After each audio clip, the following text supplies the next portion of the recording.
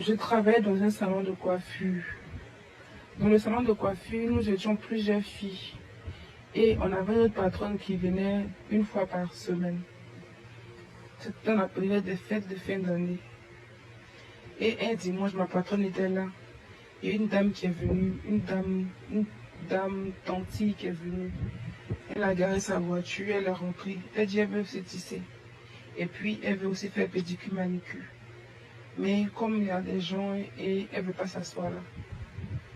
Il y a son bébé à la maison, donc elle veut que ma patronne lui donne 2 filles qui vont l'accompagner chez elle. Arrivé là-bas, quand on va finir de faire les cheveux et quand on va finir de faire ses pieds, elle va nous ramener au salon de coiffure.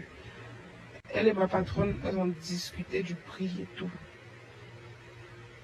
Donc, on a pris le nécessaire et on est monté dans la voiture. La dame, elle a conduit. On est rentré dans un bon quartier. Elle roulait, on voyait de belles maisons, de belles maisons, de belles maisons, de grandes villas, tout ça. Dans un quartier de boss. Et nous sommes finalement arrivés dans une maison. Une très grande maison. On s'est installé, on a commencé à faire les cheveux de la dame. On a commencé pendant des heures et des heures. Je natte les cheveux de la femme, là, ça ne finit pas.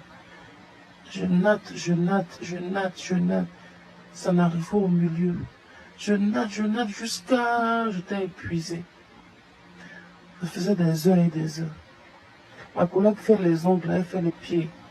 Elle fait. Ça finit pas, ça avance pas. On était fatigués.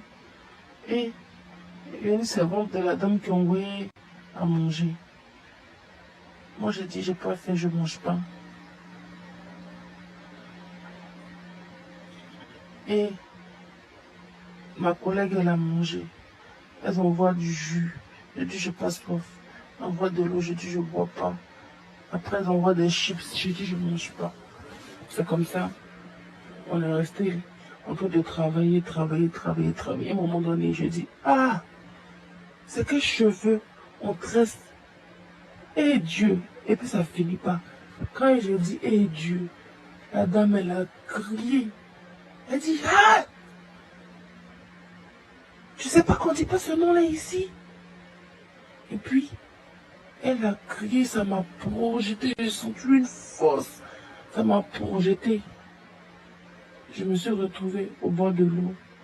Au bord de l'eau, c'est un pêcheur qui m'a retrouvé la nuit. Tardivement, un pêcheur m'a retrouvé. Après, on s'est rendu compte que ça faisait 3 jours qu'on avait disparu. Et ma collègue n'est pas revenue, elle est restée. Elle est restée là-bas. Jusqu'à aujourd'hui, on ne l'a plus retrouvée. Et moi, le nom de Jésus que j'ai dit m'a libéré. Voici mon histoire.